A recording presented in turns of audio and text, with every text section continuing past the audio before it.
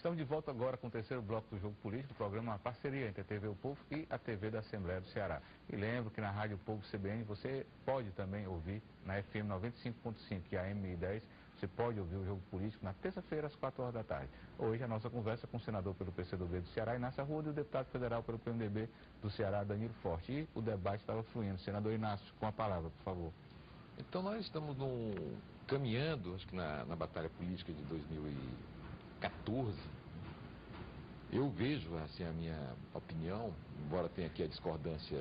O deputado Danilo disse que a base do governo era 400 e poucos deputados, 412 entre 513. Mas tem os independentes. O senhor disse que só não juntava 200. Daqui não junta 200 no campo de centro-esquerda para a esquerda, que aí você pode maturar projetos mais avançados para o país. O problema da mudança no Brasil não é mudar o partido B para o partido C. Pode mudar o partido B para o partido C, pode não mudar nada na prática. Tá certo? Você vê que nos Estados Unidos tem dois partidos, eles se revezam, não muda nada lá. Tá certo? 200 anos, que são os dois mesmos partidos. Qual é a mudança que tem nos Estados Unidos? Eles continuam soltando bomba em todo lugar. O problema central nosso aqui é como você cria condições para dar uma passada mais avançada no Brasil. Isso exige um bloco nesse nosso campo mais forte, mais ousado, exige uma unidade política maior no país, unidade política não só dos partidos, não só do governo, unidade com setores importantes da economia, unidade com as centrais sindicais de trabalhadores, unidade com o setor industrial brasileiro, para você fazer uma inversão no movimento de custos no Brasil. Então você tem que produzir mais automóveis e menos trilho no Brasil. Você tem que ter mais carga sendo transportada em caminhão e menos ferrovias transportando carga no Brasil. Quer dizer, você fazer essa mudança, ter força para fazer essa mudança, você estipular um preço do dinheiro no Brasil, que seja o preço do nosso desenvolvimento e não o preço desse interesse de pressão externa violentíssima sobre a economia brasileira, que é o preço do título público ser mais importante, quer dizer, aquele dinheiro que o governo garante, tá certo? Ser mais importante do que o que você põe em trilho, do que o que você põe em transporte público de qualidade. Então você pega uma cidade como São Paulo, sabe, não tem 100 km de metrô. Esse é o problema, tá certo? Rio de Janeiro vai fazer a Olimpíada, tem menos de 50 km de metrô. Fortaleza, só com a linha leste e sul, quer dizer, pode chegar a ter 40 km de metrô, que é o que tem Rio de Janeiro rodando, tá certo?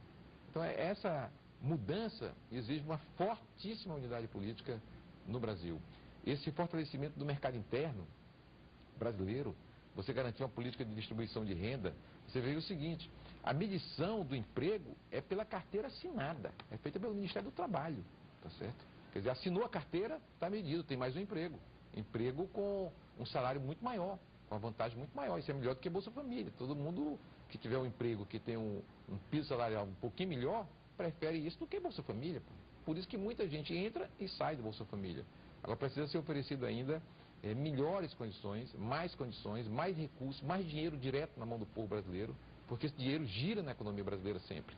Então essas mudanças aqui, que não dependem de uma grande transformação tributária ou mesmo política, podem ser feitas com essa unidade. Agora, é possível alcançarmos essa unidade? É possível você ter um governo que faça essa mudança com um resultado num prazo mais curto?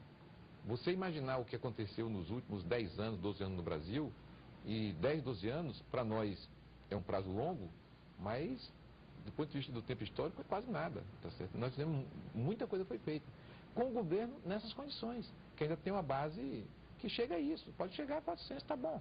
Mas o projeto político mais arrojado, essa base tem? Não.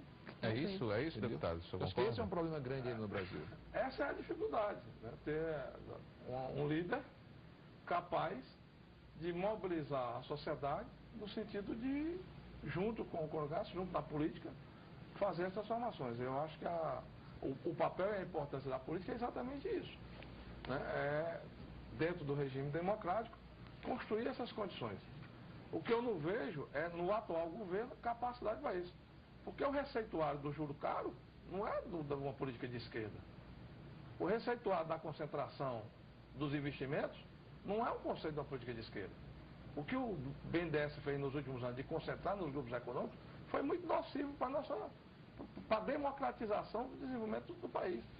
O receituário da tributação concentrada no governo federal, que hoje tem 78% de tudo que arrecada e não distribui para os estados e municípios, não é um conceito de esquerda, é um conceito de direita. Então, ninguém aqui está brigando para ser esquerda ou ser direita. O que eu vejo é que tem um receituário errado, na mão de um grupo político errado, que precisa fazer mudança para o Brasil no futuro. E eu não encontro na presidenta Dilma, com quem eu conheço, com quem eu trabalhei, autoridade e competência para isso. Essa política da faxina é um desastre. Foi feita da faxina, ia fazer uma faxina ética no governo. Aí agora está todos os faxinados junto do governo e dentro do governo. Isso é imoralidade. Como é que você cria respeito, credibilidade para fazer as mudanças do futuro? E a sociedade está vendo isso. É isso que essa juventude foi à rua agora no ano passado, foi exatamente protestar contra essa política do acomodamento, né? Da pulverização de partidos que viraram verdadeiros cartórios para poder manter o status quo do governante. Isso está errado. O que foi feito aqui no Ceará com o negócio do PV, isso é imoralidade. Ninguém pode aceitar isso. Do PV, Partido Verde? Partido Verde, o presidente do Partido Verde, para ficar na base do governo, botou a mulher como secretária e a sociedade aceita isso numa passividade. Isso é fisiologismo mais barato. É troca de tempo de televisão, de apoio político, por um cargo. E isso precisa ser questionado, precisa ser debatido. Então, eu acho que é essa repugnância que está criando uma indignidade nas pessoas, que é o desejo da mudança. É exatamente isso que está proporcionando, energizando esse potencial de mudança que o país quer viver. Senador, E isso precisa ser construído a partir de posturas políticas que precisam ser renovadas. O PT é uma mudança e ficou pior do que o que estava. É esse o ponto que eu vou tocar. O PT queria mudança e ficou pior do que o que estava. O PT é o partido do governo que tem que fazer as políticas sociais, e está aqui a política mais social, mais importante do Nordeste é água. E o DENOX está falido e acabado. E não reestrutura. Nós passamos 2 anos na Estado do Estado lutando para reestruturar o DENOX. Aí bota 1.300 carros convencionados no Ministério do Planejamento ano passado, e a reestruturação do DENOX não sai. Aqui havia a nossa luta do Banco do Nordeste. Para botar esses 4 bilhões depois do problema que o Banco do Nordeste passou, que teve intervenção até de Polícia Federal lá dentro, foi uma dificuldade. Por causa da credibilidade das instituições. Senador, então, nós não podemos quebrar com a credibilidade das instituições, não tem em cima do que o deputado está dizendo, não parece contraditório que a esquerda no poder já faz 12 anos, é tempo suficiente, aprofundou todos esses males que já existiam, fisiologismo, essas trocas, essas situações aí, que a gente tanto quer ver superadas, senador? Eu vejo também de forma diferente. Acho que nessa situação, com a esquerda governando, as condições de investigação, de atuação do Ministério Público, esse pessoal ficou todo mais ativo, teve gente sendo mais gente contratada, mais pessoal contratado, Polícia Federal, até criou-se uma Controladoria Geral da União. O Procurador da República não é mais... Não, aí é outra... Não, acho que a primeira coisa é isso, que você tem um aparato de investigação muito mais ativo, muito mais eficaz, e com muito mais liberdade, tranquilidade para agir. Isso aí não, é indiscutível, né? O segundo é que, sendo a esquerda, ela também foi muito mais examinada, esmiuçada pelos demais setores sociais, que olharam para a esquerda, bom, então nós vamos cuidar de vocês, vamos olhar, vamos investigar muito mais vocês. Isso aí também foi feito. Todos os partidos passaram por isso. Qual é o problema, então, da política? É a quantidade de partidos no país? Esse seria o problema? Eu vejo que não. A política, em todo o mundo, quando só tem 2 partidos, como é o caso dos americanos e como foi o caso nosso no Brasil, aqui o que fizeram?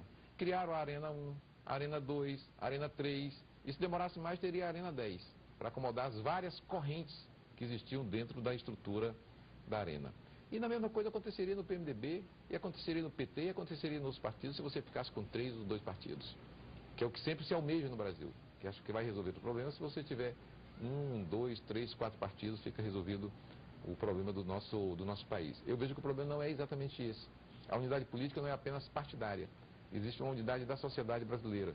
Se isso nós conseguirmos, se a gente conseguir chegar nessa unidade, você tem sim condições de fazer uma grande transformação social com a presidente Dilma. Quer dizer, a Dilma tem o seu estilo, tem o seu tipo de... Imagina, eu participei de uma reunião para discutir refinaria no Ceará, quando ela era ministra das Minas e Energia. Era uma sala que cabia mais ou menos umas 100 pessoas. Tinham duas mulheres, a Dilma e a Laura Porto, que era uma senhora que discute o setor de energias renováveis e alternativas na época, que era assim que se chamava, que era eólica, solar e outras energias desse tipo. O restante só homens, tá certo? Que davam, uns berravam na sala. Tá? Então é mais ou menos o seguinte, a Dilma tinha que abrir os braços. Numa situação como essa, você tem uma mulher participando e dirigindo uma mesa que praticamente é só de homens. Se você reunir os líderes partidários com a presidente Dilma, tá, talvez revezando entre 19 partidos da base do governo, 18, 17, que mudam uma hora ou outra, sai um, entra outro, às vezes não tem uma mulher como líder. Mas o PCdoB tem dado essa ajuda na Câmara porque tem sucessivamente escolhido mulheres para ser a líder do partido. Para finalizar. Claro que isso não é um problema, não é aqui que nós vamos resolver, mas eu estou dizendo que não são os problemas dos partidos. O fisiologismo faz parte da história política há 100 anos no Brasil. Vamos ver o governo do Getúlio, vamos ver o governo dos próprios militares. Todos eles tiveram problema de fisiologismo. O problema é se você tem uma política e uma proposta que permita distribuir riqueza no Brasil. E no Brasil não se gosta de distribuir riqueza. A proposta de lei para regulamentar os direitos das empregadas domésticas continua emperrada no Congresso Nacional. Quando nós fizemos a emenda, Fábio, o que teve de mensagens pela internet contra, não foi brincadeira. Eu recebi, Danilo recebeu, todo mundo recebeu no seu computador. Mensagens assim com insultos permanentes, porque você estava garantindo o direito das empregadas domésticas. Inclusive eu escrevi sobre isso mesmo. Claro. Eu sabia que ia ter essa reação, mas incrível como o país absorveu bem essa história das empregadas e com muita tranquilidade. Quando se estabeleceu, você disse, não, é isso mesmo. Com muita gente disse, não, claro, tem que ter mínimo. Existia até ódio quanto a isso. E ódio de classe existia. Mas todo mundo absorveu com muita tranquilidade. Então, a movimentação... Se você... Desculpa, eu tenho que fazer novamente intervalo desse deputado. Volta com o senhor depois, tá? Já que quem finalizou foi o senador Inácio Arruda. E a gente volta já já para o quarto bloco do programa, quarto e último bloco do programa.